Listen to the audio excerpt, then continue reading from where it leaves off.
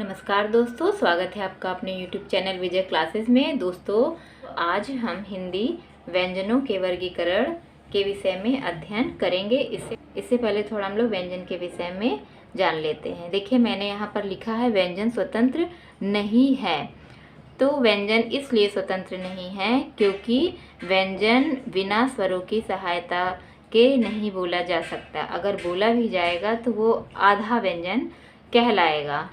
जैसे देखिए, मैं लिख के दिखा देती हूँ आपको। जैसे हम लोग लिख देते हैं चा लिखे, तो ये चा तो हमारा पूरा है, ये स्वर की सहायता से उच्चारित है, स्वर की सहायता से। लेकिन जब हम बिना स्वर की सहायता के लिखेंगे तो इसके अंदर हलंत लग जाएगा, तो ये आधा चा हो जाएगा।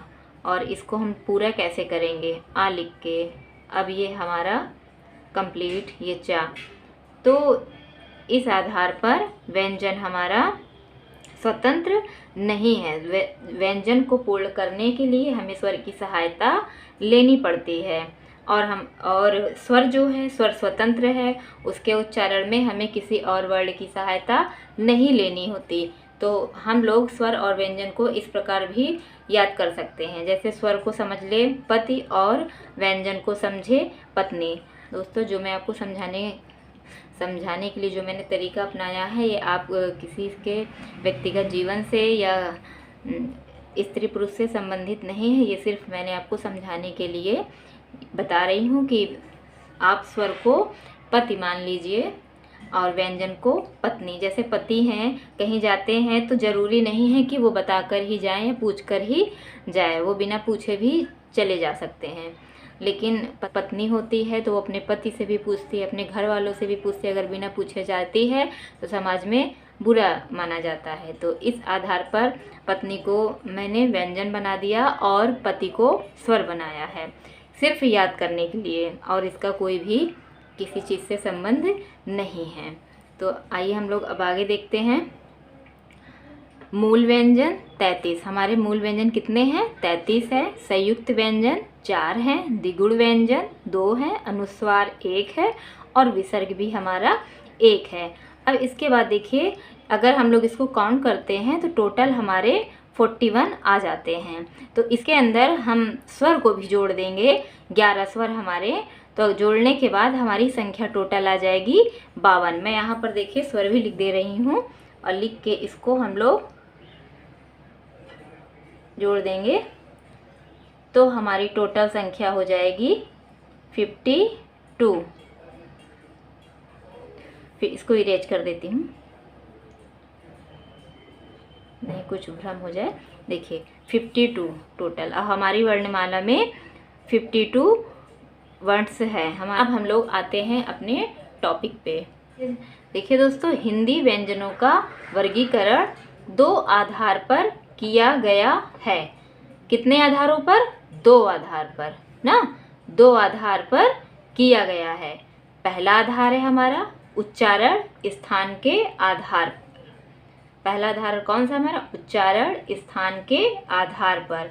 और दूसरा आधार है हमारा उच्चारण प्रयत्न के आधार पर। मैं अंडरलाइन कर दे रही हूँ, मेन यही है। आधार कौन कौन से हैं? पहला है स्थान के आधार पर, दूसरा है प्रयत्न के आधार पर ना। उच्चारण स्थान के आधार पर और प्रयत्न के आधार पर, दो आधारों पर हिंदी व्यंजनों का वर्गीकरण किया गया है, जिसके अंतर्गत आज हम लोग पहला वाला पढ़ेंगे। उच्चारण स्थान के आधार पर हिंदी व्यंजनों का वर्गीकरण करेंगे। हिंदी व्यंजनों का वर्गीकरण उच्चारण स्थान के आधार पर।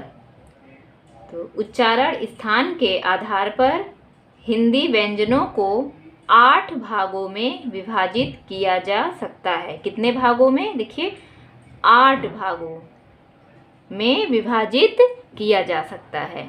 सबसे पहला है कंठ। कंठ के अंतर्गत है का, ख, ग, घ, अंगा। ये हमारे कंठ ध्वनियाँ हैं ना। कंठ ध्वनियाँ कैसे? देखिए, उच्चारण स्थान, ये स्थान क्या है? हमारा कंठ है। कंठ तो का देखिए का हम लोग बोल रहे हैं तो हमारे गले पे बल पड़ रहा है।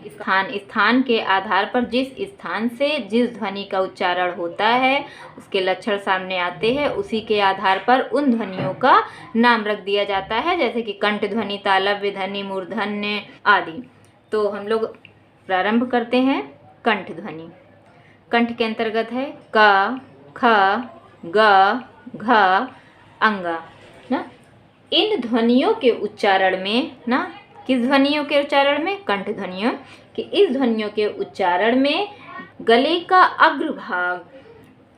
के अग्रभाग पर बल पड़ता है एवं जीवा का पिछला भाग कोमल तालु को स्पर्श करता है, इसलिए इन्हें हम कंठ ध्वनि कहते हैं या कंठ व्यंजन कहते हैं। और साथ ही साथ इसको कोमल तालव्य भी कहते हैं, कोमल तालव्य व्यंजन के भी नाम से जानते हैं।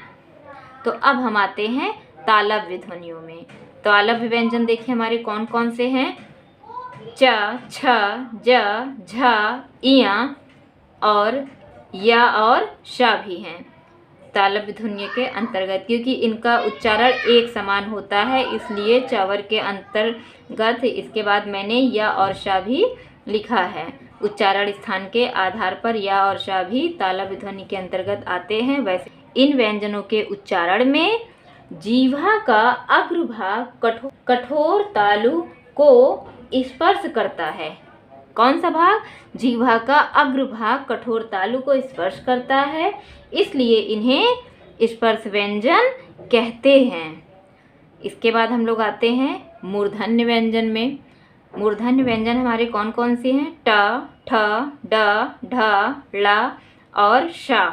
देखिए ये शा हमारा मूर्धन्य शा कहलाता है, लेकिन ये ऊष्म व्यंजन के अंतर्गत आता है ना। ये किस में आता है? ऊष्म व्यंजन के अंतर्गत आता है, लेकिन उच्चारण स्थान के आधार पर इसे हम लोग मूर्धन्य शा भी कहते हैं।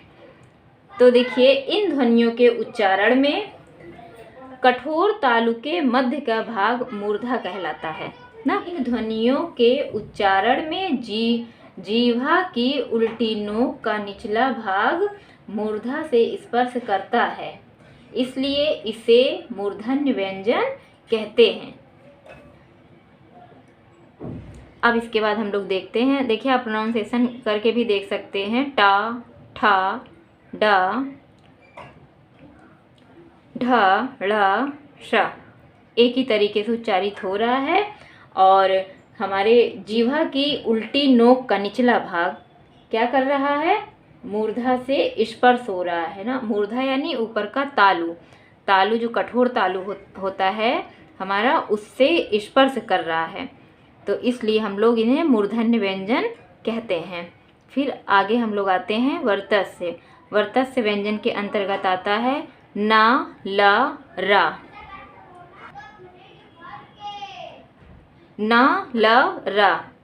इन व्यंजनों के उच्चारण में जीवा ऊपरी मसूड़ों का स्पर्श करती है। क्या करती है? जीवा ऊपरी मसूड़ों का स्पर्श करती है, इसलिए इनको हम लोग क्या कहते हैं? वर्तस्य व्यंजन कहते हैं। देखिए आप बोल के देखिए ना, ल, र।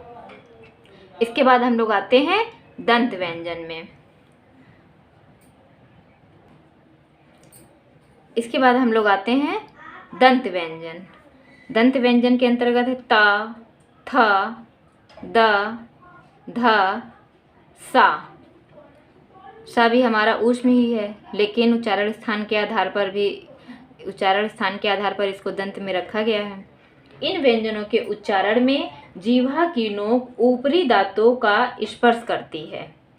किसको स्पर्श करती है? ऊपरी दांतों का स्पर्श करती है, इसलिए इनको दंत व्यंजन कहते हैं। देखिए त, थ, द, ध, श। अब हम लोग आगे बढ़ते हैं ओष्ठ व्यंजन की ओर। ओष्ठ व्यंजन को देख लेते हैं। प, फ, ब, भ, मा। इन व्यंजनों के उच्चारण में दोनों होठों द्वारा प्राणवायु का अवरोध होता है। पा, दोनों ओठ बंद होते, देखिए प्राणवायु हमारी रुकती है, अवरोध होता है, इसलिए इन्हें ओष्ठ व्यंजन कहते हैं। रुकती है और उसी के माध्यम से ही जब होठ पुनः फोर्स से खुलता है तो मुंह से ध्वनि उच्चारित होती है। पा, फा, बा, भा, मा। तो ये हमारे क्या है, ओष्ठ व्यंजन। इसके बाद हम लोग आते हैं दंत ओष्ठ व्यंजन में। देखिए इसमें दांत और ओष्ठ दोनों मिला हुआ है। ये व्यंजन हमारा वा है, लेकिन कहीं कहीं आपको फा भी देखने को मिल जाएगा, तो मैंने यहाँ पर सिर्फ वा को ही माना है। तो इस व्यंजन के उच्चारण में निचला ओष्ठ दांतों से स्पर्श करता है। किससे स्पर्श करता है, दांतों से स्पर्श होता है, इसलिए इनको हम लोग दंतोष्ठ व्यंजन कहते हैं, जैसे कि वा। फिर इसके बाद आता है हम लोगों का स्वर यंत्र मुखी व्यंजन या काकल्य व्यंजन। ये है हमारा हा।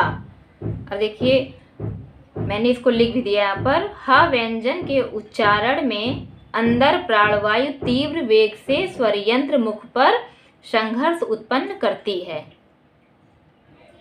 संघर्ष उत्पन्न करती है। तो फिर इसको हम लोग क्या कहेंगे, स्वर यंत्र मुखी व्यंजन या काकल्य व्यंजन। किसको कहते हैं, हा को कहते हैं। तो दोस्तों आज की ये क्लास हमारी कंप्लीट होती है। आज की वीडियो में सिर्फ इतना ही। मैं अगली वीडियो में आपको उच्चारण प्रयत्न के आधार पर हिंदी व्यंजनों का वर्गीकरण के विषय में बताऊंगी। और ये क्लास बेहद इम्पॉर्टेंट है, परीक्षा की दृष्टि से भी बेहद इम्पॉर्टेंट है। परीक्षा में इसमें से क्वेश्चन पूछे जाते हैं, मोस्टली पूछे जाते हैं। जैसे आपका पूछ लिया गया, उच्चारण स्थान के आधार पर निम्न में से कौन सा तालव्य व्यंजन है। तो इसलिए आपको इसके अच्छे से ध्यान से देखना होगा। दंत व्यंजन भी पूछ लेता है, कुछ भी पूछ लेगा, क्योंकि पिछली बार अभी टीजीटी के पेपर में पूछा गया था कि इसमें से दंत व्यंजन कौन सा है।